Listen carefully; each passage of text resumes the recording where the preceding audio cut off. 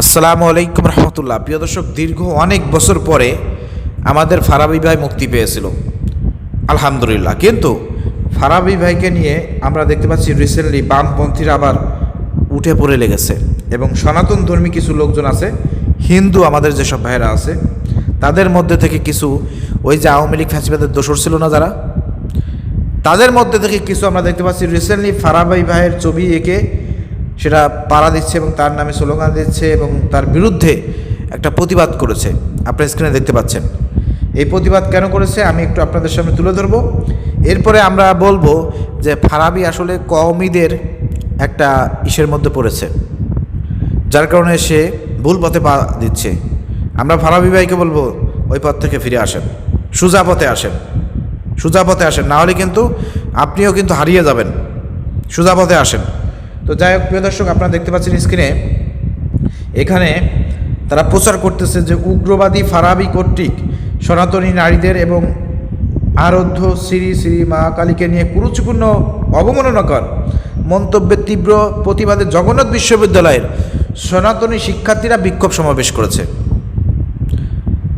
বুঝতে পারছেন? ফারাবি ভাই রিসেন্টলি মানে একটা বই লেখছেন, সেখানে নাকি ওই হিন্দু সনাতনীদের ওই মা কালীকে নিয়ে নাকি আপনার কুরুচিপূর্ণ মন্তব্য করছে। এটার প্রতিবাদে জগন্নাথ বিশ্ববিদ্যালয়ের যারা শিক্ষার্থী আছে, তারা সনাতন শিক্ষার্থী আছে, তারাই প্রতিবাদ করেছে।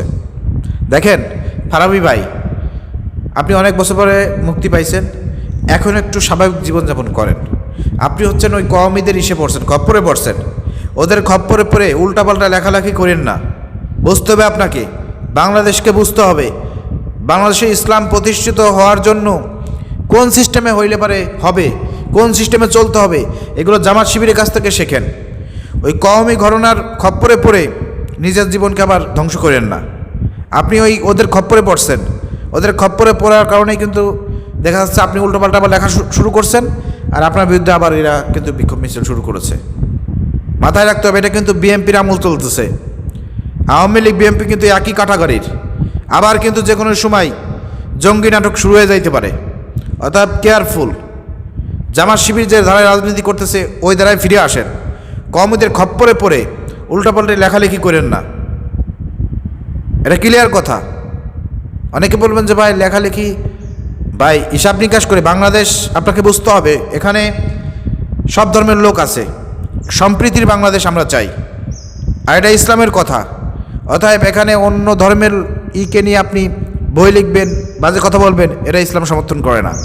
এটা কওমিদের খপ্পরে পড়ে সেই কাজগুলো করতেছে আমি মনে করি। আপনারা কি মনে করেন একটু কমেন্ট করে জানাবেন। এই জন্য ফারাবি ভাইকে বলবো আপনারা ভিডিওটি প্রচুর পরিমাণে শেয়ার করেন, যে ভাই আপনি ওই পথ থেকে ফিরে আসেন।